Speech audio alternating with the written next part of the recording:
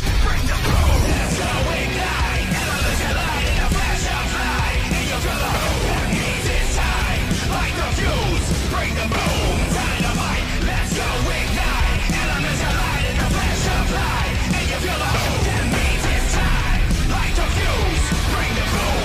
Dynamite. What's up, everybody? This is Michael Davis, Edo Black, the Professor of Women Wrestling. Welcome to my review of WoW Women Wrestling Season 3, Episode 7, right here on the PW Hustle Zone. And I know I did not review last week's episode of WoW. One, I really wasn't interested in that episode. There were like one or two matches that caught my eye, especially the main event. I'm going to talk about it a little bit. And two, they pick and choose when they gotta have WoW on, because there's like so many stuff going on TV, on CW Twin Cities, where I'm from. So 1 minute is on 10 p.m. like it normally does. Next minute is on 2 or 3 a.m. in the morning on Sundays. And last week was on at noon on Saturday.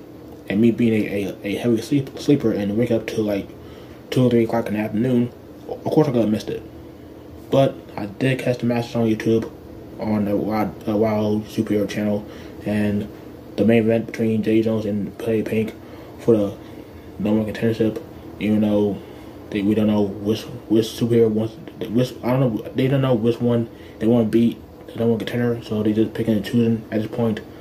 But Jay Jones did win the number one contendership match against the Play Pink last week, thanks to miscommunication between Lone Star and Play Pink, and now she is de facto number one contender for the WoW World Championship when that ever happened. When that match ever happened. Speaking of Jay Jones, she started the show and she heads to the ring. And just telling David, hey, give my money.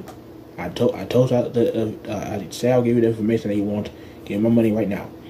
And David says, hold on now, hold on. Let me see this information. Let me see the evidence that you have, and then I'll give you the money. And Jay Jones proceeds to pull her phone out and search the pictures or video. We're not sure what she showed to David, but she was telling David, hey, this is who stole the bourbon from my locker room, and she sees the evidence, and he says one of the attackers was none other than Vicky Lynn McCoy. Yes, the bum of all bums is one of the attackers that took out the beast, and he proceeds to look at the screen, look at the camera. It says, Vicky McCoy, you're fired. And it's funny. It's funny because Vicky Lynn got the CM Punk treatment, getting fired on social media, or announced that she got fired on social media, and also getting fired on TV. Literally the CM Punk treatment that he got in AEW, and we all know the situation. We all know why she got fired, for being a bully alongside the Tonga Crybabies. So, and it's funny that I don't know if this was planned to happen. I don't know if this was always in the cards. But the fact that they did this now, after all that happened in May, is crazy. It's crazy to me. So, Jason Jones gets the money, not the full $10,000, mind you. She only got part of it. I mean, what happened to the big briefcase of money that you sold earlier in the season? But anyway, I'm not gonna get into that. But we see the reaction from the Fab Four when hearing that Vicky Lynn is fired again, and of course, they're not happy about this. You know, they probably are happy about this. But anyway, they're not happy about this. As I was saying, they're not happy. They're upset that Vicky Lynn got fired, and they no longer have the enforcer and the Fab Four on their side. And yeah, it sucks. Woman, you got some words you had to say for Vicky Lynn before we go to the next match? Get this bum out of here, will you? Just get this bum out of here already, huh? The opening match of episode 7 is a tag team match between Emma and Stink, Team Cat Dog, Gabby Jenks and Golden Collins, taking on Tormenta and Princess Aussie. Now, this is a good way to start the show. Tormenta and Aussie took control of the match early on, where we see Aussie and Kairi Jinx start the match, and you can tell that Kairi Jinx cannot handle the fire that Aussie is throwing at her, to the point that once Aussie hits the Royal Suplex, she tags out immediately to Golden Collins. And Aussie's like, hey, you want some? And she gets hit with a wrath of Aussie, and also Tormenta. Both of them did a double hip toss to Golden Collins, and that's when Tormenta got an up hand on her. But Golden Collins and Katarina take turns beating down Tormenta. They even did the Call of the Wild, which is the Jawbreaker and Ismac combination, but this time it was reverse, with Katarina and Jinx doing the Jawbreaker and Golden Collins hitting the Ismac, which is pretty cool. But Tormenta trying to fight back, trying to get the tag to Aussie, but miscommunication from Instinct when Katarina Jinx was meant to hit the big boot to Tormenta, but Tormenta moves out of the way and hits the boot to Golden Collins. That's when we see Aussie get the hot tag, taking out Tormenta. Katarina Jinx with clotheslines and super kick. And that's when Golden Collins comes in and breaks up the pin, and Tormenta throws her out of the ring, and it's just Golden Collins with a flying and clothesline, and Katarina Jinx will go do the hip toss to Aussie, but Aussie counters it with a jackknife pin. 1, 2, 3, and Tormenta and Aussie get the win over Instinct. And again, really good matchup to start the show. Tormenta and Aussie continue to be a great tag team, and I'm always liking them when they have when they team up in these matches, because they have really good chemistry, both as competitors going against each other as a tag team, and I'm looking forward to seeing more of them every time they have a match, tag team match. They always fun to watch. Next two matches were pretty short, so we're gonna talk about them pretty quickly, and we're gonna talk about what happened in between those matches as well. But the second matchup, we have the Brat Pack, Big Rhythm and Gianni taking on Brat Riley and Tiki Chamorro.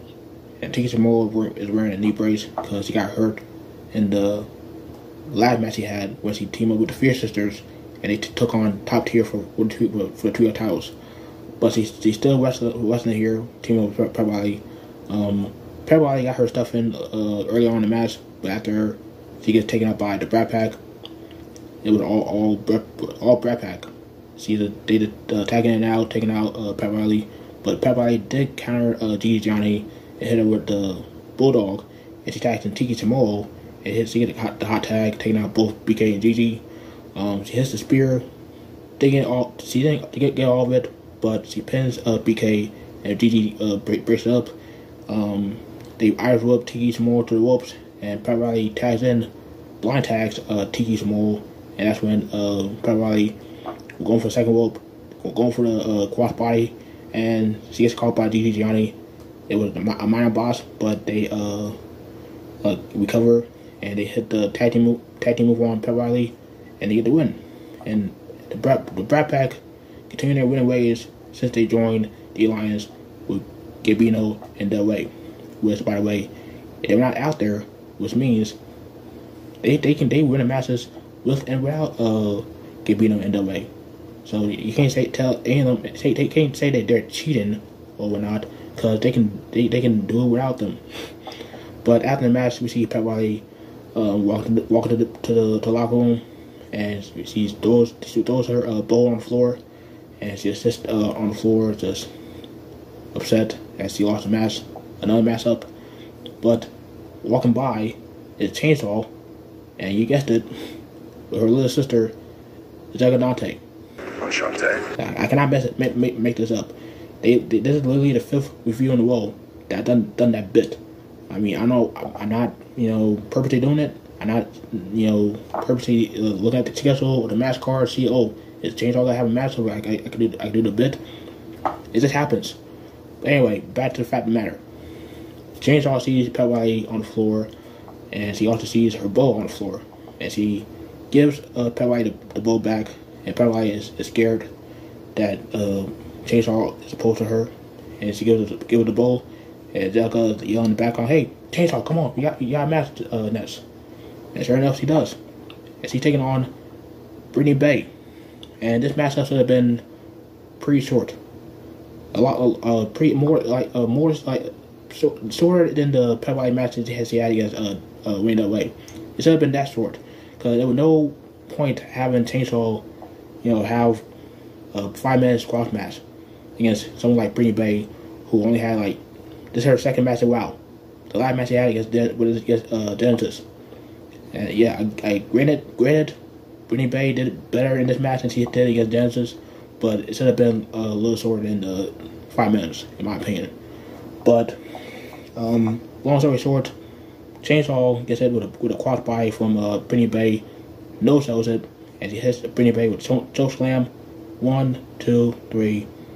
Chainsaw wins the match, and Chainsaw, she has done pretty well so far in season 3. She's been winning matches. She's right now so far she's undefeated. She's winning single matches, winning tag team matches alongside Cyber the Bulldog.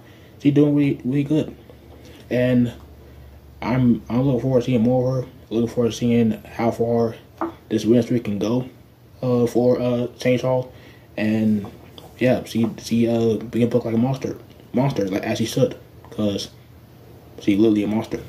Speaking of Cyber the Bulldog, she will take on Highest Rag one-on-one in episode 8 of WoW this coming Saturday, and Big Rebellion will not be at ringside because he told Highest Rag, "I'm not gonna be at ringside. I'm not gonna support you during this match because it causes a match against Cyber the Bulldog and Chainsaw, and also you've been hanging out with the Fab Four, joking around with them, sipping champagne with them while I'm doing all the work cleaning the mansion. So you're on your own this week." And I don't blame Big Bay for being upset. The fact that Highest Flag is showing off her new clothes, her new accessories that she got from Lone Star, and I don't know where to go. What does it go? How things could go? The multiverse, where this leads to. But I'm looking forward to seeing what happens in the matchup between Highest Flag and the Bulldog. Because keep in mind, this is gonna be the first time we've seen Highest Flag one-on-one. Because all the time we see Highest Flag in WoW, it's always been tag team matches. So let's see how she fares against Cyber the Bulldog one-on-one. Unfortunately, before the main event, we are greeted by the presence of Samantha Smart and the Gladimaster as they head of the ring, because the word is Samantha has more information on the attack on the beast. She said that Diddy Jones only named one of the attackers of the beast, but there's another name that I know who attacked the beast. And David, I will tell you who the second attacker is if you agree to give Gladimaster a rival championship match against the beast next week. And David said, "You know what? No, I'm not doing that crap. I'm not gonna give Gladimaster that match. I'm gonna give her a shot at a former rival champion, that being Satan Garrett. And if Gladimaster beats Satan Garrett, I will give her match against the Beast for a rival championship." And this man said, "And it better be the main event too." And David said, "Oh yeah, fine, it's the main event. Just tell us who attacked the Beast." And this man said, "Are you sure we have a deal?" Like, "Yes, tell us." And this man said, "Okay, the second attacker is a disciplinarian." And I was like, "What the hell?" And I agree with Nigel in this situation. He said that it looks like Samantha is throwing her on the bus. I agree. I don't think what idea would the disciplinarian have in mind to attack the beast? Like, if that's the case, disciplinarian and Gladimaster, both of them will attack the beast together, and instead of having disguise covering their faces. But they point out the fact that since she's no longer in WoW anymore, because she said before season 3 that during season 2 that she would leave WoW. And I don't know if it was from I don't think that it was from bad terms. I think her and WoW are still in good terms. But David said, "You know what, disciplinarian, just like Vicklin McCoy, you're fired." And Samantha said, "Oh, don't worry about that. I suspended her indefinitely." So we got Vigilant McCoy fired, and we have disciplinarian fired, even though she said ahead of time during season 2 that she was leaving WoW, and I think she's retiring or semi-retiring, or she's just focused on being a parent. I don't know, but I'm sure things did not end well for the disciplinarian and WoW. I think they still on good terms. So yeah, that's what the deal is. Apparently, disciplinarian is part of the attack on the beast, and because of that, she's fired. And Cladmaster will face Satan Garrett in the main event, episode 8. And if Cladmaster wins, she gets out of the title against the beast. Now time for the main event. Mighty Mice, Sugar Spice take on the Wild Tag Champions, Lori Lindsay, Miami Heat, for the Wild Tag Championships. Now, this was a pretty lopsided match. I'll be honest. This matchup was basically the Miami Heat taking turns, taking out Spice. For most of the matchup, Spice was just getting just manhandled by both Lori and Lindsay, and they were just tossing around like a sack of potatoes, just having their way with her. They were giving her a double Royal Suplex. They did a double hip toss that looked pretty damn good. And Lori at one point was stressing Spice out in the center of the ring. And it was a good match. It was good, and for majority of the matchup, they were doing like pretty clean tactics. They were not cheating, or they were trying to cheat. Long Star was outside the ring and she didn't do anything. She didn't like cause certain Spice to match in any way, shape, or form. It was basically a clean victory for Miami Heat. Spoiler alert: they do retain the titles, because of course he did. But this matchup was good. Last couple minutes of the matchup was good, because that's when we see Spice trying to come back. See the wheelbarrow on drag, or like hair drag. You want to look at it, because he tried to do the stunner, wheelbarrow stunner, but he did like a on drag, modified on drag, as he tried to do what he can to tag in her partner Sugar, which he did. And Sugar comes in, has a fire, so taking out Lori, and she's did a pretty good looking heads to the takedown on Lori. And this is when things get a little bossy, unfortunately, because here comes Spice, because he blind tags Sugar, and Spice comes in. He was trying to go for a quad body, and he gets countered, but Lori falls down while Lindsay catches Spice, and even though it was kind of boss, and he trying to get a hold of Spice so they can set up for the Vab jab, it was still a bit of miscommunication, but they recovered in the end, and Lori Lindsay hit the Fab jab on Spice. 1, 2, 3, and still Wild Tag Champions Miami Heat. And again, they won the match clean. They won the match clean for once. So everybody that craps on them for constantly cheating and having Long Star get involved and costing the opponents the match, y'all can stop crying out, because it can be done. They can win matches without cheating. So you can stop crying out, okay? I mean, if you thought that Sugar and Spider would win this match, you are crazy down thought, because Sugi will get the job done regardless. And yeah, Miami Heat still your Wild Tag Champions, and still on the road of making history while being on their 4th title one at Tag Champions. So yeah, kudos to Free Heat for winning the match clean and no interference whatsoever. Good job. So that's my review about this past episode. Wow. Let me know down below in the comments what your thoughts on this episode. If you've seen it, if you missed the episode, they upload every match from past episode of WoW every Monday. So check out all any matches that you missed on their channel, Wild Superheroes. Hope you guys have a good and safe Halloween this Thursday. Eat a lot of candy, watch a lot of scary movies, and stay out of trouble because there's a lot of crazy stuff that happens on Halloween every freaking year, it seems. So stay safe and have a lot of fun. And yeah, like, comment, subscribe, tap the bell. And until that time, I'm Michael Davis, Black. I'm out.